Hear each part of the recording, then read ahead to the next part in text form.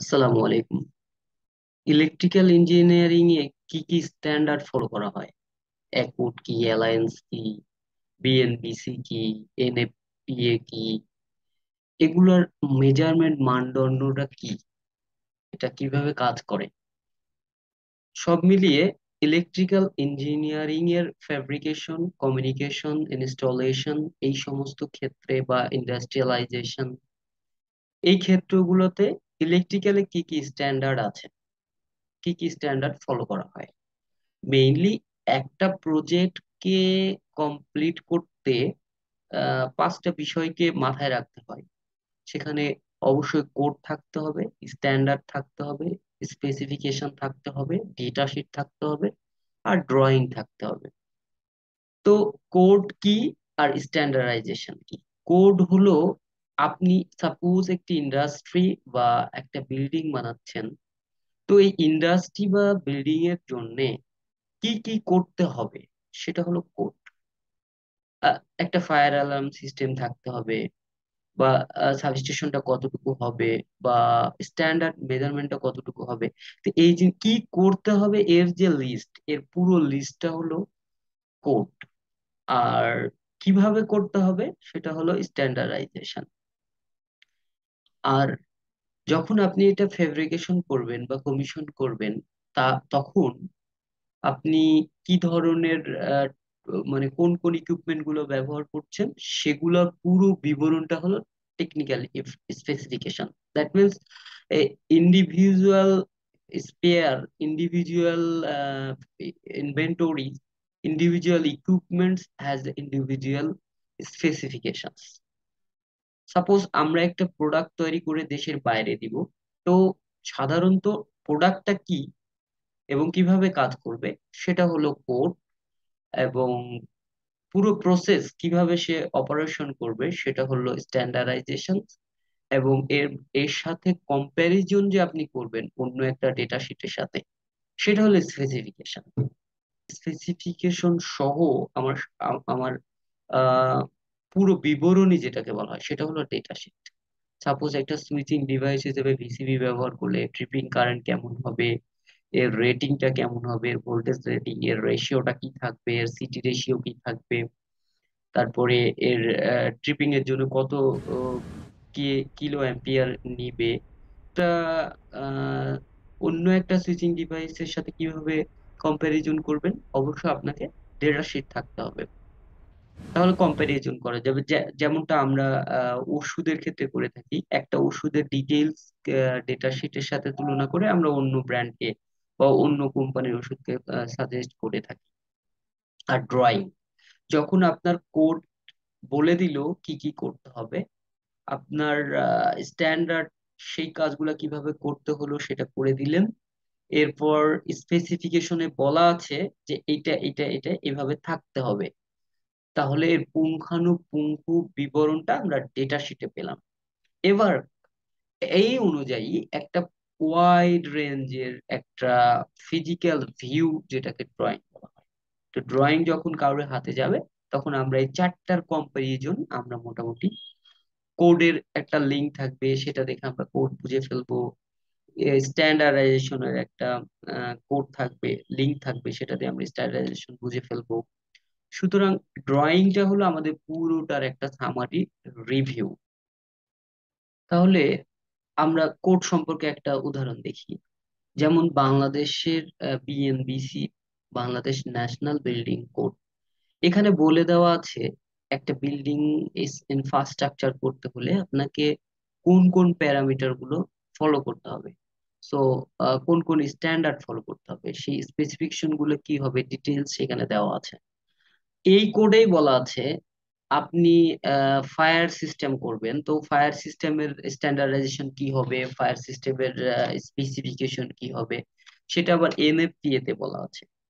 তো এছাড়াও ইলেকট্রিক্যালের আপনি ট্রান্সমিশন এবং ডিস্ট্রিবিউশনে কাজ করলে, বা একটু ডিস্ট্রিবিউশন বড় লোড নিলে, কোনো কনজিউমার, তার সাবস্টেশন ইনফ্রাস্ট্রাকচার কি হবে, বিএনবিসি বলে দিল। সেখানে ফায়ার অ্যালার্ম সিস্টেমটা কি হবে, এনএফপিএ বলে দিল। এবার আরএবির নিজস্ব বা ডিপিডিসি তাদের নিজস্ব একটা স্ট্যান্ডার্ডাইজেশন আছে, যে শীটটা তারা তাদের সাবস্টেশন এস্টাবলিশের আগে তিনি বলে থাকেন। এছাড়াও বাংলাদেশ জ্বালানি ও খনিজ মন্ত্রণালয়ের অধীনে বিদ্যুৎ লাইসেন্সিং বোর্ড সারা বাংলাদেশের 50 কিলোওয়াটের উপরে যত সাবস্টেশন আছে সবগুলার লাইসেন্স তারা দিয়ে থাকেন। তারা লাইসেন্স দেওয়ার আগে একটা স্ট্যান্ডার্ডাইজেশন এবং কোড সম্বলিত ফরম্যাট তারা স্পেসিফিকেশন সহ দিয়ে থাকেন আরইবি টিপিডিসি বা যারা ডিস্ট্রিবিউশন আছে তাদেরকে। তারা এটা সাবস্টেশনে এনশিওর করার পরে লাইসেন্সিং বোর্ডকে ইনফর্ম করে। তারা এসে এটা পুনরায় আবার পুরো ড্রয়িং অনুযায়ী, যেটা পুরো মার্চ হয়ে গেল লাস্টের ড্রয়িং, তো ড্রয়িং অনুযায়ী point to point specification standardization এবং কোড তার চেক করে আপনাকে সার্টিফিকেট হস্তান্তর করবে। তারপরে সেই ডিস্ট্রিবিউশন লোক আপনাকে লোড দিবেন। তাহলে প্রত্যেকটা পার্টকে এনশিওর করার জন্য ইন্ডিভিজুয়াল আবার অর্গানাইজেশন আছে। তাহলে বাংলাদেশের ট্রান্সমিশনের পরে বাংলাদেশের পিজিসিবি তো ট্রান্সমিশন করছেন, ডিস্ট্রিবিউশন যারা করছেন কনজিউমার পর্যন্ত যারা লোডটাকে পৌঁছে দেন, তাদের একটা নিজস্ব স্ট্যান্ডার্ড আছে। সেই স্ট্যান্ডার্ড ফরম্যাটটা তারা লোড অ্যাপ্লিকেশনের সময় প্রোভাইড করেন কনজিউমারকে। কনজিউমার তার এন্ড থেকে এই স্ট্যান্ডার্ডকে ফুলফিল করেন।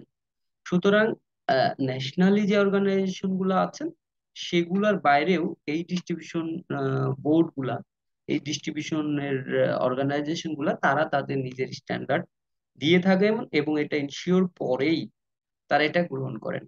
এরপরে যদি কিছু কথা বলি, যেমন অর্গানাইজেশনটা কিভাবে চলবে, ম্যানেজমেন্টের কিছু ইস্যু থাকে সেগুলা আইএসও আছেন অনেকেই এটা করে নেন করতে। আমরা যখন গ্রিন সার্টিফিকেশন করতে যাব, যেটাকে বলে এটা দেশের বাইরে যখন ওয়ার্ল্ড কোনো অর্গানাইজেশন আমাদেরকে যখন সার্টিফিকেশন করবেন, তখন কিন্তু তাদের স্ট্যান্ডার্ড ফরম্যাট অনুযায়ী একটা স্লাইড তো এরকমই থাকে যে আমরা লোকাল যেই ফরম্যাট গুলো পালন করেছি কিনা, লোকাল যে স্ট্যান্ডার্ডাইজেশন কোড বা স্পেসিফিকেশন এগুলো মেনে আমরা পুরো ডেটা শিটের মধ্যে এটা আছে কিনা, এবং সেইটা অর্গানাইজড হয়ে একটা ড্রয়িং এর আওতায় আসলে সেটা ধরে চেক করে তখন তারা তাদের মানটা ভ্যালুটা চেক করে নেন।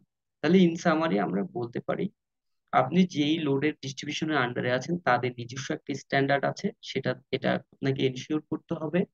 সেই সাথে ন্যাশনালের যেগুলা ফায়ারের আলাদা জন্য সেফটি সেন্টার এনএফপিএ আছেন, বিএনবিসি আছেন ইনফ্রাস্ট্রাকচারের জন্য।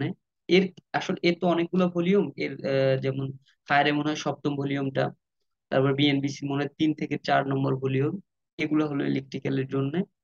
এর বাইরে বাংলাদেশ লাইসেন্সিং বোর্ড এটা এনশিওর করার জন্য যে আমাদের যে কমিশনিং গুলা হচ্ছে, যে কাজগুলো হচ্ছে, সেটা এনশিওর করার জন্য তাদের স্ট্যান্ডার্ডকে স্ট্যাবলিশ করার জন্য তারা দক্ষ ইঞ্জিনিয়ারদেরকে এবং ইলেকট্রিশিয়ানকে, ইঞ্জিনিয়ার যারা বিএসসি পর্যন্ত তাদেরকে সুপারভাইজার একটা সার্টিফিকেট দিয়ে থাকেন বছরে 2বার, এবং ইলেকট্রিশিয়ানদের জন্যও একটা সার্টিফিকেটের ব্যবস্থা করে থাকেন, যেটা 3টা ক্যাটাগরিতে হয়, ক খ গ, এ বি সি।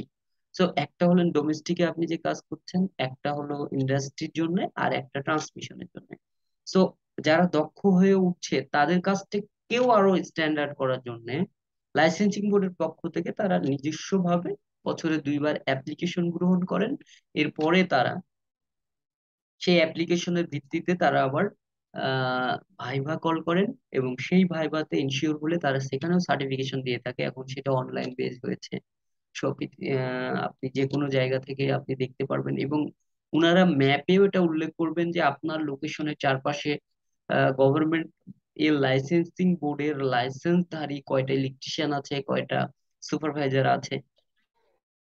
তাহলে ইন সামারি আমরা বলতে পারি কোড আমাকে বলে দিচ্ছে যে আমাকে কি কি করতে হবে, এবং স্ট্যান্ডার্ড সেটা কিভাবে করতে হবে পুরোটা বলে দিল, এবং কিভাবে করতে হবে সেটা কম্প্যারিজন করার জন্য আমাকে টেকনিক্যাল স্পেসিফিকেশন লাগবে।